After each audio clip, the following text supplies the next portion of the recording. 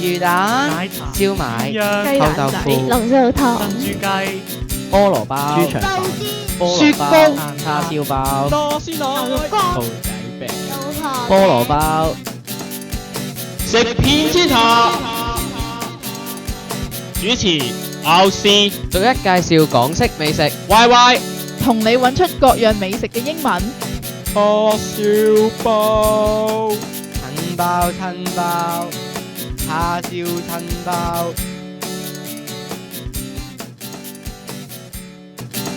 歡迎收聽食遍天下。喂，我頭先食完嘢，而家好飽啊！咁你食咩嚟食到咁飽啊？先喺香港梗係食香港嘅地道經典小食啦。地道經典小食都有好多種噶喎。上次我哋講魚蛋都係啦，你唔會又食魚蛋梗啊？係唔會啦，等我話你知啦。我食 egg tart 蛋撻，蛋撻真係幾經典嘅喎，我都好中意食嘅。但係你又知唔知道其實原來佢始創嘅地方都唔係香港噶噃？佢唔係香港，咁去邊度啊？其實係一個英國嘅傳統美食嚟㗎，但係佢本身嘅英文名就唔係叫 egg tart， 係叫 custard tart。custard 即係蛋漿咁解。哦，咁佢一定喺港英政府統治期間傳過嚟㗎啦。係啊，嗰陣時呢有好多外國人嚟到香港做嘢啦，然之後帶咗好多唔同嘅嘢食嚟香港，但係平民百姓又冇咁多機會可以去食到佢哋嘅食物喎。咁啲廚師可能係見到，可能係幫過英國人打工，所以就知道大概係咩嘢樣，然之後自己去改良，或者係估下究竟係點整嘅，然後就變成咗而家茶餐廳一定會見到嘅蛋撻啦。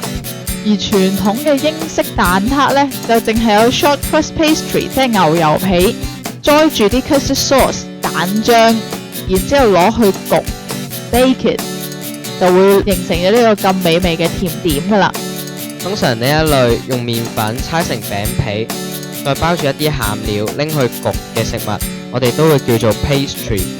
而呢一個 pastry 嘅 food family 裏邊，我哋唔止有我哋大家熟悉嘅蛋撻，我哋仲有一啲葡撻同埋椰撻。呢啲其實都係我哋好熟悉嘅食物嚟噶噃。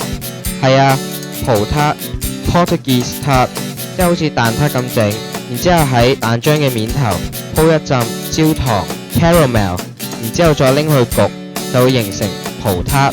椰撻我知佢叫 coconut tart 啦，但係我又唔知佢點整喎。我都唔知喎。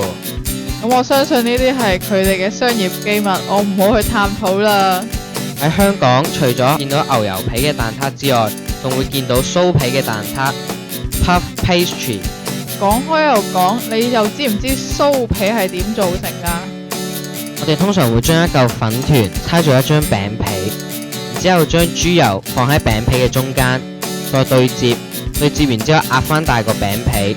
壓大完之後，再將一啲豬油擺喺佢中間，再對接，重複做好多次，就會得到我哋成日食到好鬆脆嘅酥皮啦。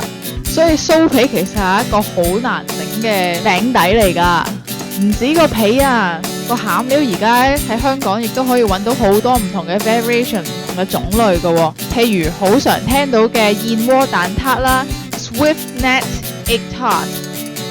又或者係其他 flavour 嘅其他口味嘅，譬如朱古力味。佢咪將啲朱古力粒擺落個蛋漿度，然之後再倒落個餅皮嗰度拎去焗，咁咪整咗 chocolate 味咯。